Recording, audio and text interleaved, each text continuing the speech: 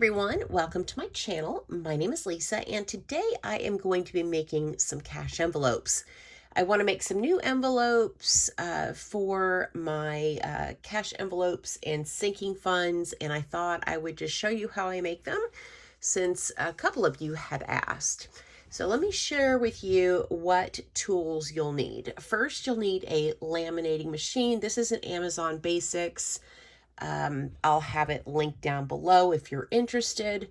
I have this boning tool. It helps to, make the paper really flat when you're folding it. Makes a good crease. You're going to need some laminating sheets. This is a 5mm sheet, and I like the heavier weight. I have some 3mm, and I don't care for it, so 5mm is my favorite. You're going to need some paper. Now, I've been using the 12x12 sheets. This is just regular paper. It is not cardstock, but I love the patterns so much that I'm going to use this. So you could use this or cardstock. And last is something to cut the paper with, whether it's one of these cutters. They have the rotary, not rotary, but the little cutting contraptions where it has the little slider doohickey. I don't know what they're called. You can use scissors. It doesn't really matter. Just something to cut the paper with. So now that we've got all the materials, let's go ahead and get started. So let me pick a piece of paper here. I'm going to do the gems.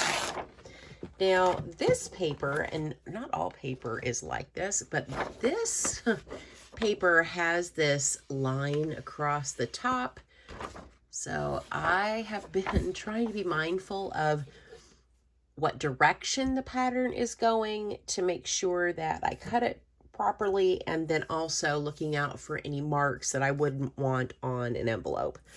So I'm going to cut a 7x7 square. So here's the 7 mark, and I'm just going to line it up, and then I'm going to turn it, and I'm going to cut it at 7 again. And so what that is going to yield is an envelope that is 3.5x7, which I did 3x6 before, and I'm actually, it's why I'm replacing them. I'm making new ones because the ones that I started out making, the 3x6, they're just too small. So once we've got it cut, we're just going to fold it in half. And then let me move the cutter here. Okay, so we've got that cut in half. Now we're going to use the tool because we want this to be as flat as possible, because when we go to laminate it, if there's any opening, it is not going to seal properly. Okay, so now this is super flat. Now, if you were using cardstock, you would want to make sure that, you had a really flat, even piece of paper. So you would want to put something really heavy on top of it for a little while, just so that it could be as flat as possible. So once you get all of your pieces of paper in half, then you're going to be ready to laminate it. I have a few more envelopes that I want to make, so I'm going to go ahead and cut them and get them ready, and then I'll be back for the actual laminating process. Okay, so I have cut and folded 10 envelopes. So now I need to arrange them in the laminating pouches and then get them laminated. So I'm using this Amazon Basics. It has side for 3 mil and a side for 5 mil. So I'm going to switch it to 5 once I get this plugged in, and then we can get started. Okay, so we're going to turn this puppy on and let it warm up. And while that is warming up, I'm going to just put one of these into the laminating pouch, or two, and show you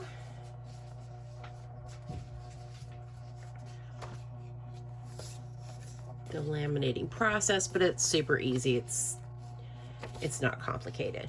I do make note of which way it's opened from, especially for thin pieces of paper. It's really hard once it is laminated to tell which side is open. So I've got, this is the sealed side, this is the open side, and I'm just going to figure out how this sucker opens and place my envelopes in. Now, since this is not cardstock, I could probably get them pretty close together.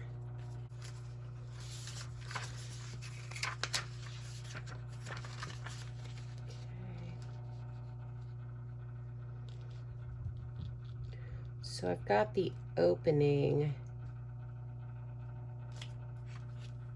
on the inside.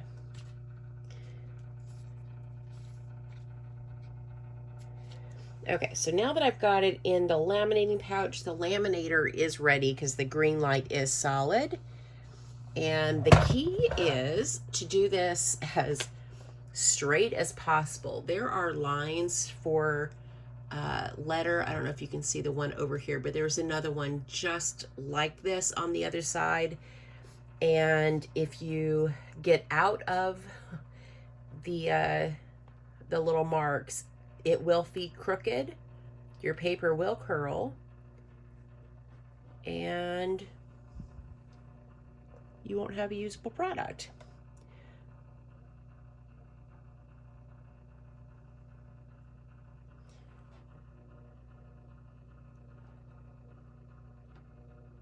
This is the slow part.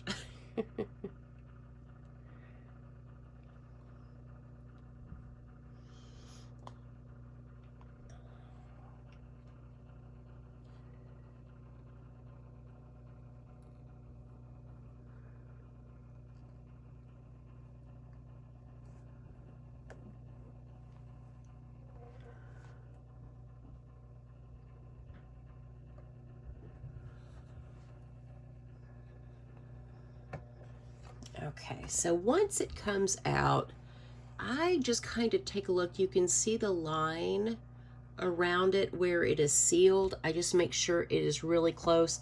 I'm not concerned about this inside piece because this is where the envelope is open, and I am going to cut this real close anyway to break the seal so that the envelope will open. So that side I'm not really too concerned about, but I am looking at the sides and the back just to make sure that the seal is super, super close to the paper. This one looks really good. So I'm gonna go ahead and laminate the rest of these, and then I'll be back to show you how I cut them.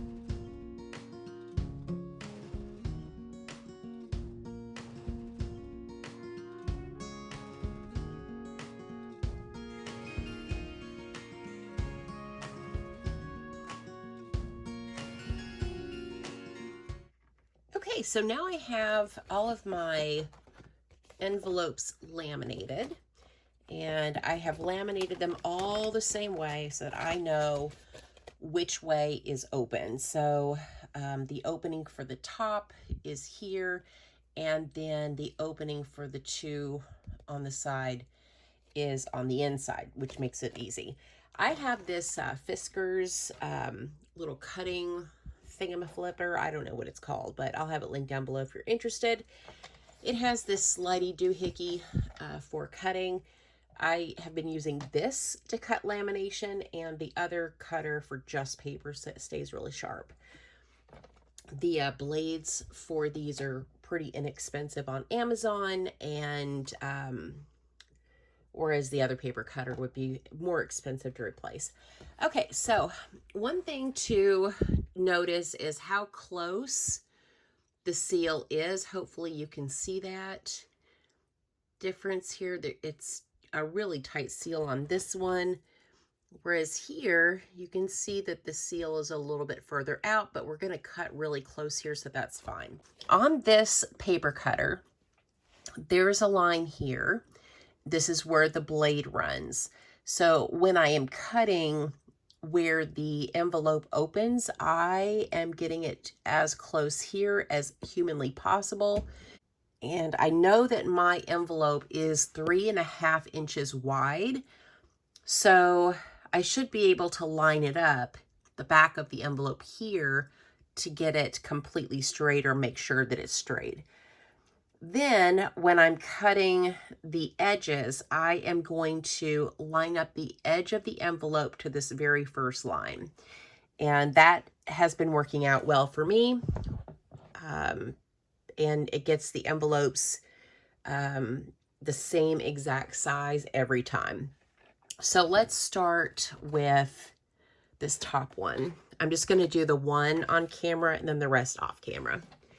So I am lining up I'll do it this way. I'm going to line up the opening of the envelope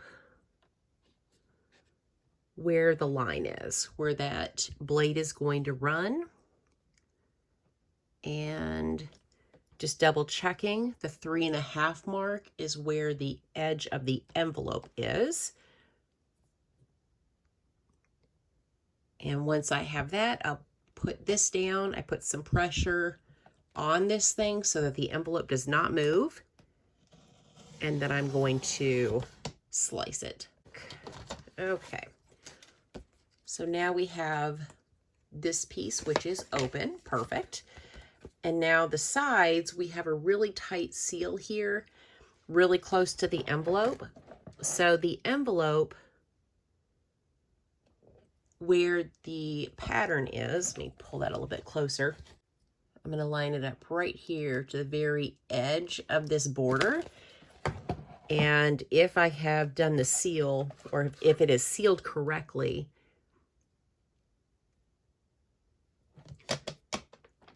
it won't come undone. Okay. So now we don't have much lamination left, but you can see where the seal is compared to where I've cut. That's what's important. Because if you get into this open pocket, the envelope's just going to come right open. So I'm going up to this top line, making sure everything is lined up, and cutting. And last side, up to the line, put pressure, and move the slider, and that's it. Now you have an envelope. So I'm going to go ahead and finish the rest of them, and I'll show you the finished product.